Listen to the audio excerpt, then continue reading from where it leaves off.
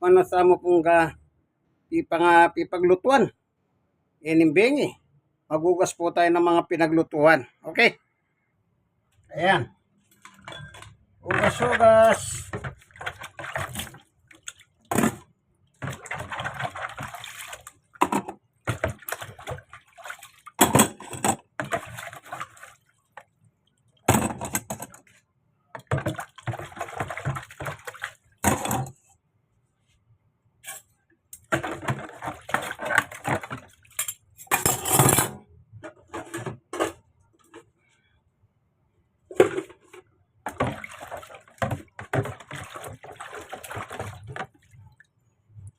Para mamaya bawas hugas na.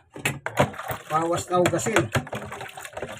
Ang mga ginamit sa pinaglutuan is mabalawan na, hindi bali mga plato na lang mamaya. Yan. Ganyan lang po ang diskarte. Okay, nasabong ko na sila. So, kailangan na lang. Ayan, dalawang hugas naman to. Dalawang hugas.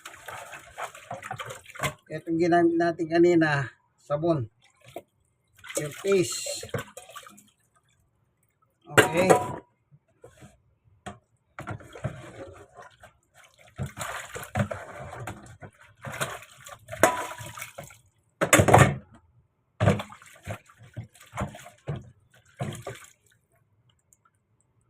Okay.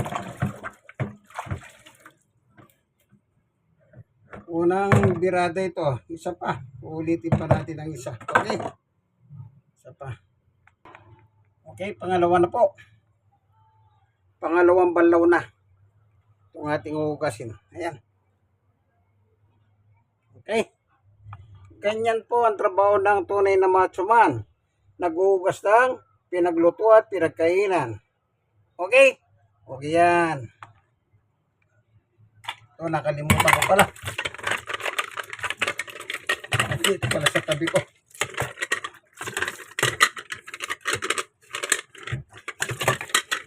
Okay. Dagdagan natin yung tubig na bawasan eh. Okay, kuha tayo.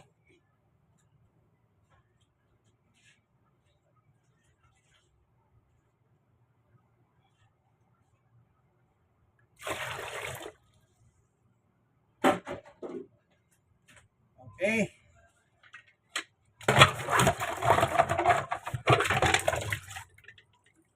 Lagyan natin yan.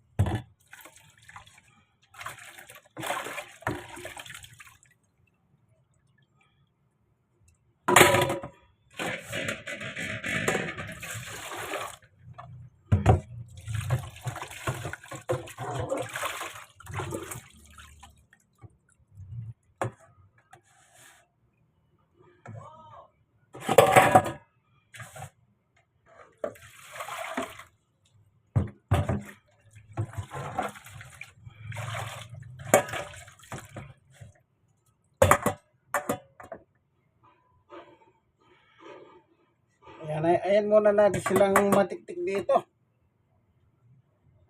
Ipatiktik na pa mo po. Payo ko sa kob.